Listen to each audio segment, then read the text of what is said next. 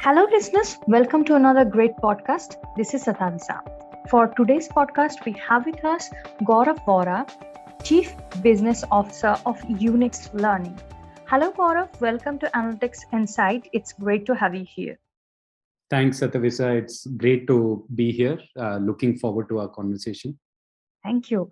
Now, can you please tell me how these new age tech courses are decoding the domain, bridging the talent gap, and providing an opportunity to look beyond success?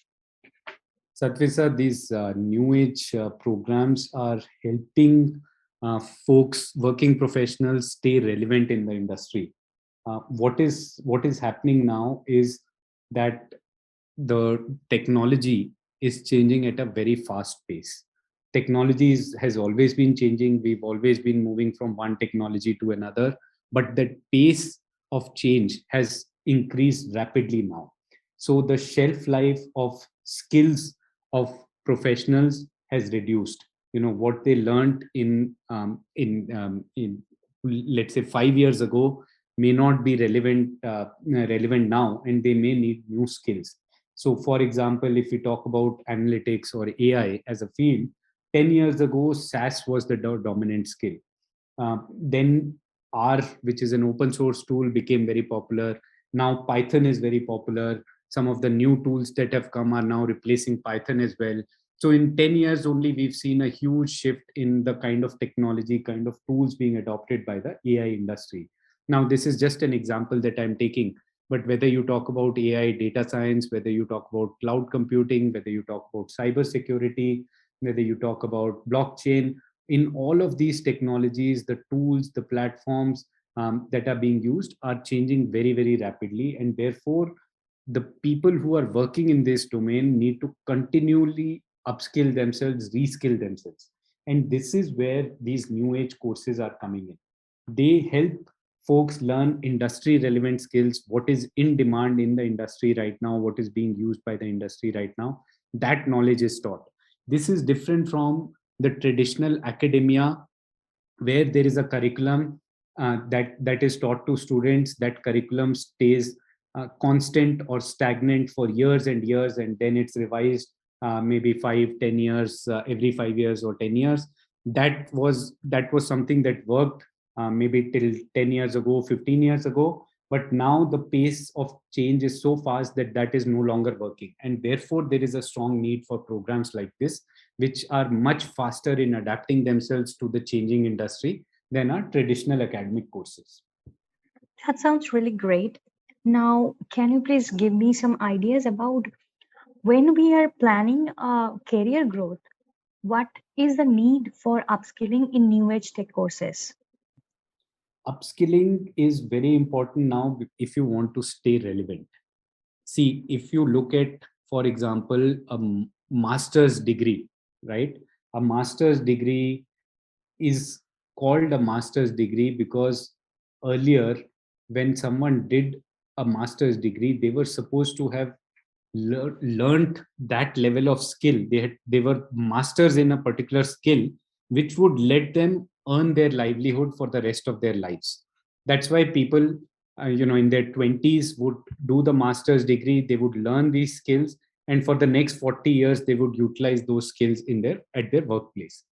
Now that is no longer the case. What you learn in your bachelor's degree or your master's degree, or even in a PhD, may remain relevant for 5 years, but after 5 years you need to reskill yourself. You need to learn new technologies, new platforms, new things. And therefore the need to upskill has increased quite a bit. Like I said earlier, shelf life of our skills has reduced significantly. If you learned a skill earlier, you could maybe use it for 10 years, 20 years, 30 years. Now that same skill or a similar skill would last you maybe 2 years, 3 years. After 3 years, your knowledge would become outdated, or your organization would move to a better tool or a better platform, and therefore you would have to relearn those skills. So that is why it's very important for professionals to upskill themselves. Amazing.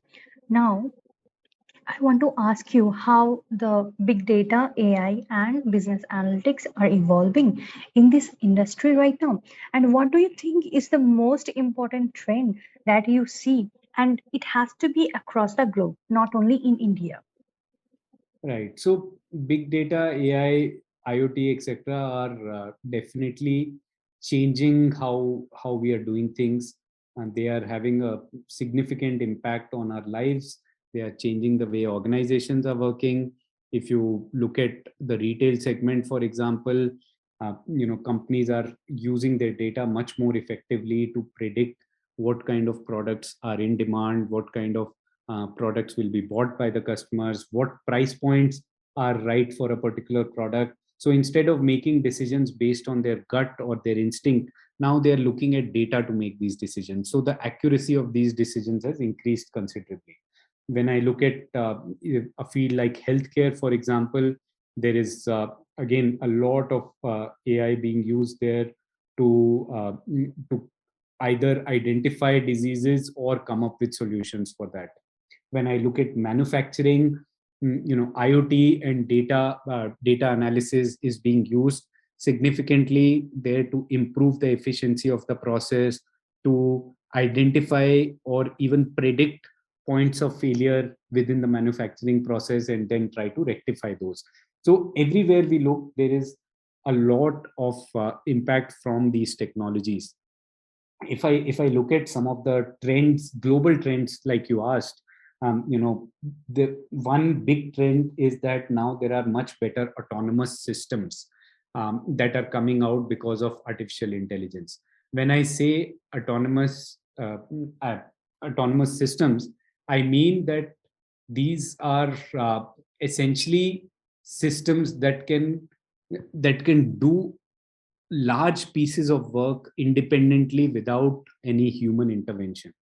So, for example, there is a plant, a manufacturing plant that Apple has in China, where they have, I think, less than 10 humans who are monitoring the plant. The and the rest of the work is being done by robots. Okay, if this plant, without leveraging any technology, would have required maybe 5,000 to 8,000 employees, people working around the clock in the plant. Now all of that work is being done by robots, and there are just 5 humans who are managing this. This is happening because we are able to create better autonomous systems.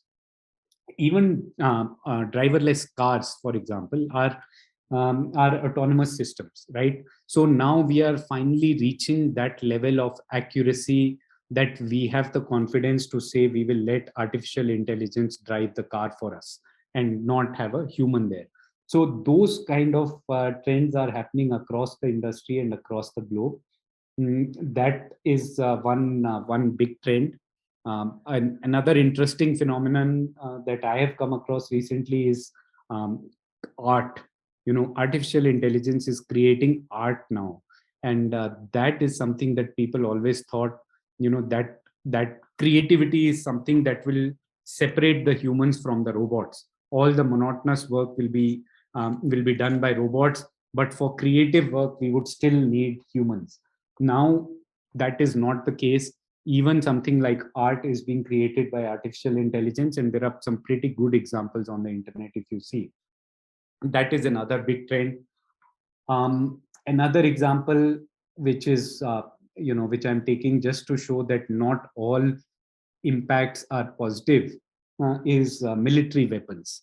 Now all the new age weapons that are being created by developed countries rely heavily on AI.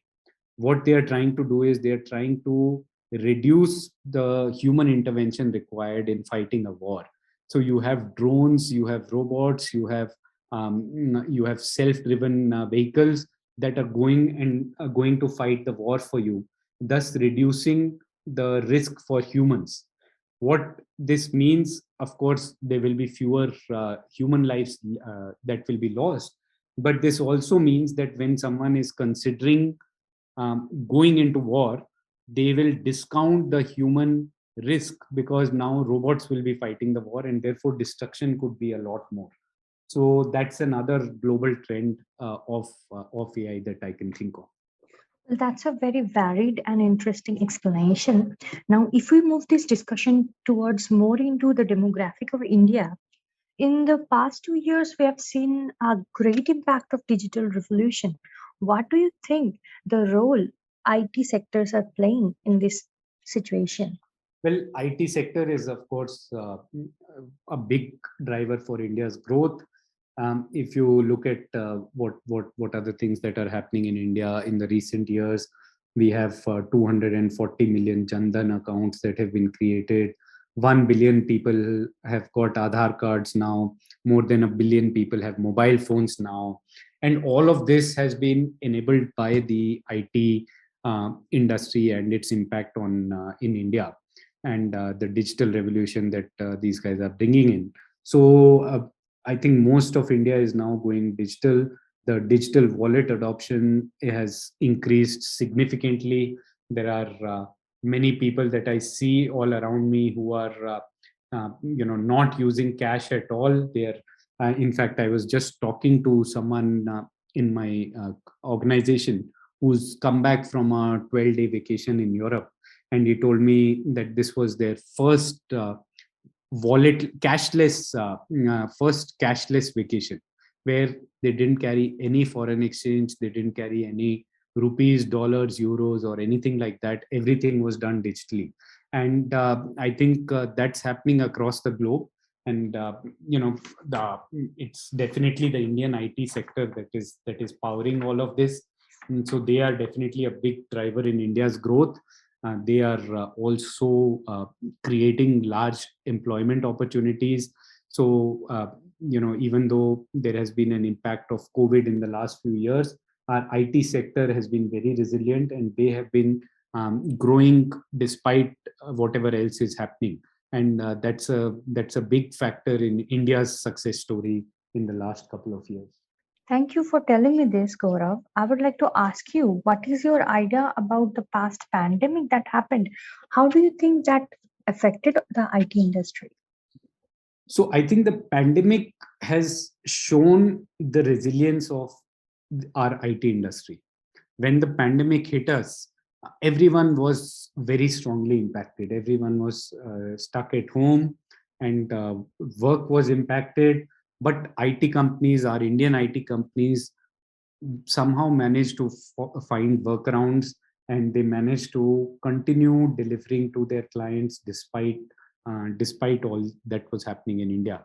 Work from home concept was taken to its limit, with the entire organizations working from home for large periods of time, but still they managed to deliver to their clients. And so much so that we have seen, yes, during the first wave of pandemic in 2020, there was a big impact on the numbers.